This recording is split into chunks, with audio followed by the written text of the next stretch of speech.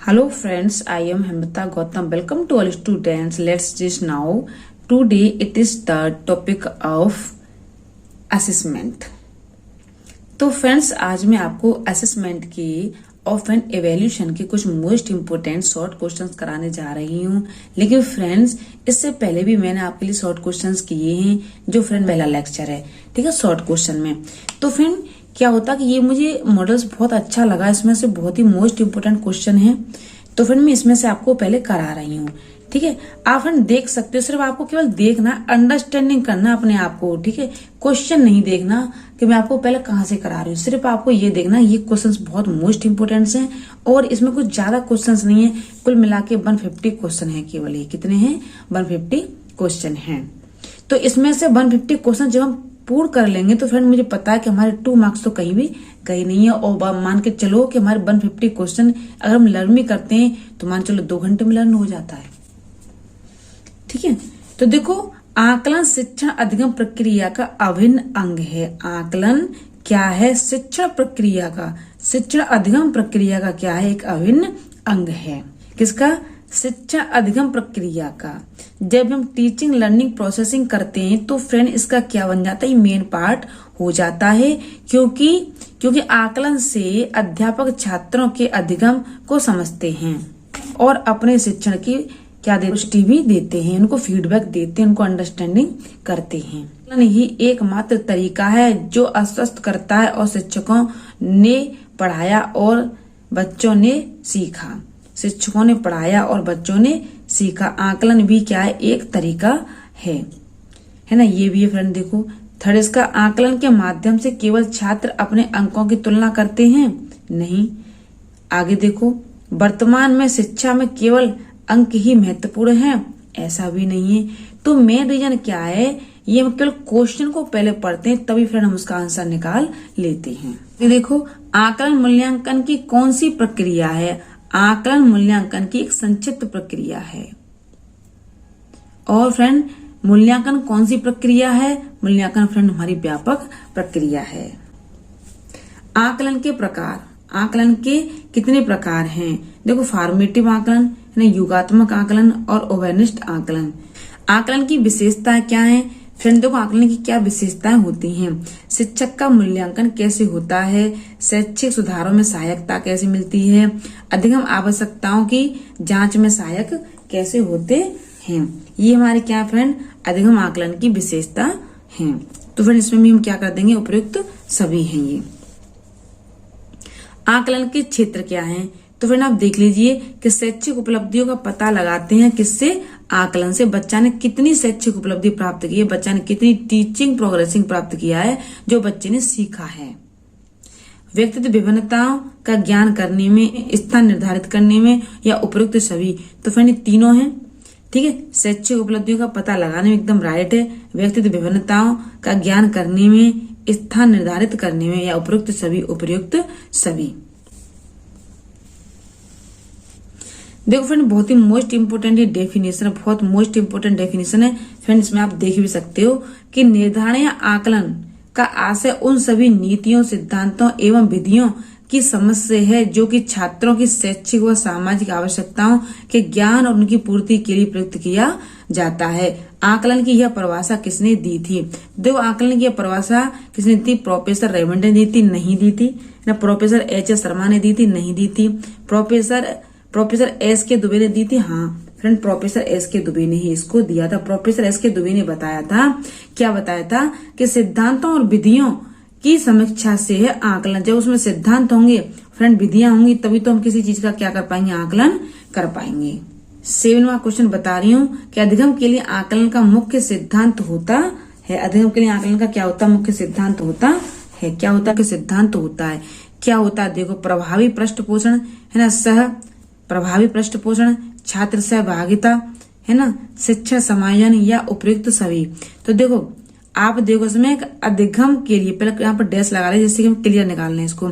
अधिगम के लिए आकलन का मुख्य सिद्धांत क्या है, किसी मतलब आकलन का मुख्य सिद्धांत का, जैसे कि चुनाव को एकत्रित करते हैं तो उसमें क्या क्या होना चाहिए, वास्तविक देखो प्रभावी पृष्ठपोषण होना चाहिए है ना, छात्र सहभागिता होना चाहिए और शिक्षण समायोजन भी होना चाहिए। तो फ्रेंड्स का भी क्या आएगा, उपयुक्त सभी। अब देखो फ्रेंड, मैं आपको आगे बता रही हूँ, हम 8वें क्वेश्चन पर आ चुके हैं। आकलन को अधिगम के रूप में प्रस्तुत करने की प्रक्रिया में आकलन ही अधिगम के समस्त पक्षों का क्या करता है, निर्धारण करता है। क्या करता है, समस्त पक्षों का फ्रेंड यहाँ पर निर्धारण करता है। प्रत्येक बिंदु पर आकलन तथा उसके अनुरूप अधिगम व्यवस्था संपन्न होती है, जिसमें अधिगम एवं आकलन दोनों पृथक रूप से न होकर एक दूसरे के पूरक के रूप में होते हैं। अधिगम के रूप में आकलन को इस प्रकार परिभाषित किया गया था। ये फ्रेंड किसने कहा था, श्रीमती R.K. शर्मा ने कहा था ना, प्रोफेसर S.K. दुबे ने कहा था, या प्रोफेसर H.S. शर्मा ने कहा था, या मैकडूगल ने कहा था। तो फ्रेंड ये प्रोफेसर श्रीमती R.K. शर्मा ने कहा था। अधिगम के समस्त पक्षों का क्या करता है फ्रेंड, निर्धारण करता है। देखो आकलन का पैमाना, तो आकलन के पैमाने कितने प्रकार के होते हैं, नामित्य पैमाना, क्रमिक पैमाना, अंतराल पैमाना और उपयुक्त सभी। आकलन की विशेषताएं, वही देखो यहाँ पर आगे विशेषता फ्रेंड, और देखो हमने देखा था अभी हमारे पीछे भी क्या थी, विशेषताएं थी। आकलन की विशेषताएं है ना, शिक्षक का मूल्यांकन है ना, शैक्षिक सुधारों में सहायक और अधिगम आवश्यकताओं की जांच में सहायक और उपयुक्त सभी। तो फ्रेंड केवल मैं आपको इसी चीज का भ्रम दूर कर रही हूँ कि आकलन की जो विशेषता है वो किस किस प्रकार की हैं।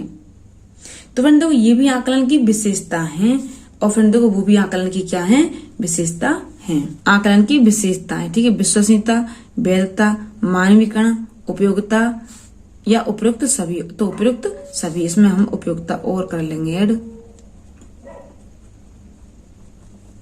उपयोगिता। सीखने के लिए आकलन निम्नलिखित में से किस पर ध्यान देता है, किस सिवाय। तो देखो विद्यार्थियों की आवश्यकताओं के सिवाय है ना, विद्यार्थियों की त्रुटियों के सिवाय, विद्यार्थियों की अधिगम शैलियों के सिवाय, या विद्यार्थियों की क्षमताओं के सिवाय। तो सिवाय मतलब अलग होता है। तो ये कह रहा कि सीखने के लिए मतलब कोई चीज हम सीख रहे हैं तो आकलन पर ध्यान के सिवा क्या होता है, विद्यार्थियों की हम आवश्यकताओं पर सबसे ज्यादा ध्यान देते हैं। देखो फ्रेंड जब भी बच्चे स्कूल जाते हैं तो पहले बच्चों से पूछते हैं कि बेटा आप क्या खा के आए थे, आपको आज क्या दिया था मम्मा ने। तो पहले हम उनकी आवश्यकताओं के बारे में, पहले उनकी रुचियों के बारे में हम पता लगाते हैं। 12 क्वेश्चन पर ले जा रहे हैं। शिक्षण में अध्यापकों के द्वारा विद्यार्थियों का आकलन, इस अंतर्दृष्टि को विकसित करने के लिए क्या किया जाता है। तो देखो क्या कह रहा है, इसको पहले पढ़ो बार बार कि शिक्षण जब भी हम टीचिंग करते हैं तो शिक्षण में अध्यापकों के द्वारा जब भी टीचिंग होती है तो अध्यापकों के द्वारा क्या होता है कि विद्यार्थियों का आकलन होता है। और इस दृष्टि को विकसित करने के लिए जब भी देखो टीचर पढ़ाता है, टीचिंग करवाता है तो विद्यार्थी का आकलन होता है, किस तरह से आकलन हो रहा है, किस तरह से उसका आकलन बढ़ रहा है। तो इस अंतर्दृष्टि को विकसित करने के लिए क्या किया जाना चाहिए। ठीक है, तो शिक्षार्थियों की आवश्यकता के अनुसार शिक्षण उपागम में परिवर्तन करना चाहिए। में से कौन सा आकलन का सर्वाधिक उपयुक्त तरीका है। तो फ्रेंड पहले हम लोग क्या करते थे, सबसे पहले बुक्स ही पढ़ते थे, ठीक है, तभी तो कुछ उसके शॉर्ट क्वेश्चंस वगैरह देखते थे। अब क्या होता है फ्रेंड, जब भी बच्चे देखते हैं क्या देखते हैं, सबसे पहले यूट्यूब देखते हैं। देखो निम्नलिखित में से कौन सा आकलन का सर्वाधिक उपयुक्त तरीका है। देखो आकलन शिक्षण अधिगम में अंतर्निहित प्रक्रिया एकदम राइट है। तो देखो बिल्कुल डैश लगा के इसका आंसर निकालो कि आकलन शिक्षण अधिगम में अंतर्निहित प्रक्रिया बिल्कुल है। ठीक है, आकलन एक शैक्षिक शास्त्र पर 2 बार करना चाहिए, शुरू में और अंत में नहीं। आकलन शिक्षक के द्वारा ही नहीं बल्कि किसी बाह्य एजेंसी द्वारा कराना चाहिए। ये तो राइट हो सकता है कि आकलन एक के द्वारा नहीं किसी दूसरे व्यक्ति के द्वारा होता जब भी पता चलता है, लेकिन फ्रेंड ये पूर्ण आंसर नहीं है। किसी एजेंसी का मतलब नहीं उठता, या केवल छात्रों की एक मेंटलिटी, पर्सन की मेंटलिटी, उसके माइंड की IQ सिस्टम का पता लगाते हैं, किस तरीके से बच्चे की मानसिक शक्तियों का प्रयोग यहाँ हो रहा है। आकलन शस्त्र की समाप्ति पर करना चाहिए, आकलन शस्त्र की समाप्ति पर करना चाहिए। जब शस्त्र समाप्त हो जाए तब नहीं करना चाहिए।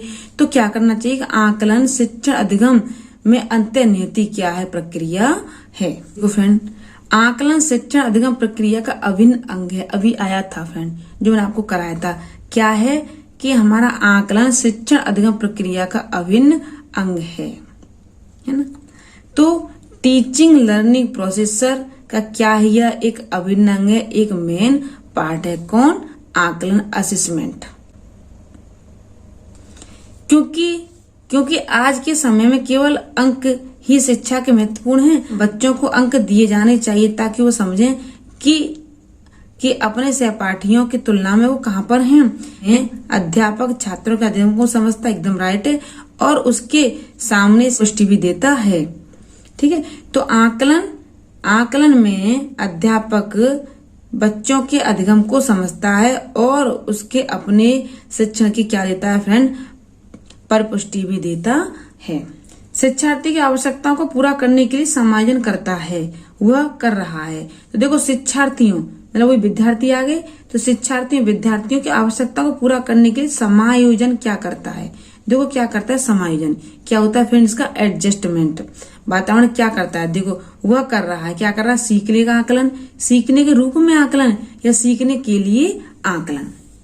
तो फ्रेंड विद्यार्थी का जब भी आवश्यकताओं को पूरा करते हैं और किसी से क्या करते हैं, एडजस्टमेंट करते हैं, तो सीखने के लिए आकलन करते हैं, क्योंकि हम इसके द्वारा इसको क्या कर रहे हैं, सीख रहे हैं। एक ये पर्सन है, एक ये पर्सन है, ये इसको अपने द्वारा क्या कर रहा है, सिखा रहा है। ठीक है, सीखने के लिए तब होगा ये आकलन।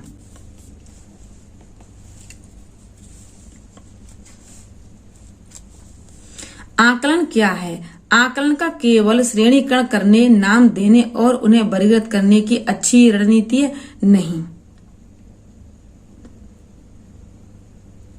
बच्चों में प्रयोगात्मक भावना को सक्रिय रूप से देना है ना। बच्चों में प्रयोगात्मक भावना को सक्रिय रूप से बढ़ावा देना है। सीखने को सुनिश्चित करने के लिए तनाव और दबाव को उत्पन्न करना होता नहीं। अगर हम सीखेंगे तो तनाव हमारा होगा, दबाव होगा, क्या हम उसको उत्पन्न करेंगे? नहीं करेंगे। और जब दोनों अपने उत्पन्न हो भी जाते हैं फ्रेंड्स, तो क्या होता है, हम किसी चीज का अधिगम नहीं कर सकते, हम किसी चीज को सीख नहीं सकते। तो सीखने में सुधार का यह एक क्या है, तरीका है। बिल्कुल राइट है कि जब सीखेंगे तो अधिगम क्या है हमारा, यह एक तरीका है कि हम किस तरीके से उसको लर्निंग कर रहे हैं, किस तरह से हम उसकी प्रोसेसिंग कर रहे हैं, किस तरह से हम उसके साथ क्रिया कर रहे हैं। निम्नलिखित में से अधिगम के लिए आकलन किस लिए आवश्यक होता है? तो देखो क्या कहा, ग्रेड और अंकों के लिए, जांच परीक्षण के लिए, या प्रेरणा के लिए, या पृथक्करण तथा श्रेणीकरण के उद्देश्यों को प्रोत्साहन देने के लिए। तो देखो हमेशा याद रखना यहाँ पर कि आकलन, जब भी हमारा आकलन है किसमें, अधिगम में, तो अधिगम में आकलन किसके लिए आवश्यक होता है? सबसे ज्यादा प्रेरणा देने के लिए। निम्नलिखित में से कौन सा अधिगम के आकलन को उजागर करता है? कौन करता है ये फ्रेंड मैं आपको बता रही हूँ। शिक्षक विद्यार्थी की चिंतन प्रक्रियाओं पर ध्यान देने के अलावा उनकी अवधारणात्मक समझ का ही क्या करते हैं, अवलोकन करते हैं, आकलन करते हैं। 90 पे चलिए। निम्नलिखित में से कौन एक अन्य विकल्पों से समृद्ध नहीं है? राइट है कि स्वयं आकलन, हम जब स्वयं आकलन कर रहे हैं कि हमने इतने क्वेश्चन लर्न कर लिए, मन में याद कर रहे हैं, तो हम स्वयं आकलन कर रहे हैं। कक्षा को क्षेत्र भ्रमण पर ले जाती है और वापस आने पर अपने विद्यार्थियों के साथ भ्रमण की क्या करती है, चर्चा करती है। तो यह की ओर संकेत करता है, किसकी ओर संकेत कर रहा है, जो बच्चे वहां से आकर के बता रहे हैं, किसकी ओर संकेत कर रहा है फ्रेंड, सीखने के आकलन की ओर। ठीक है, तो फ्रेंड मैं आपको इसमें से 20 क्वेश्चन ही अटेम्प्ट कराऊंगी। तो फ्रेंड मोस्ट इंपोर्टेंट क्वेश्चन है। तो फ्रेंड जिस तरीके से मैं आपको ये क्वेश्चन पुट अप करा रही हूँ, शॉर्ट क्वेश्चन पुट अप करा रही हूँ, तो फ्रेंड आप सबके समझ में आ रहा होगा। लेकिन फ्रेंड यदि किसी भी स्टूडेंट से नहीं भी आता है तो फ्रेंड मुझे वीडियो के लास्ट में कमेंट बॉक्स में कमेंट करके बता सकते हो। Thank you watching for my video.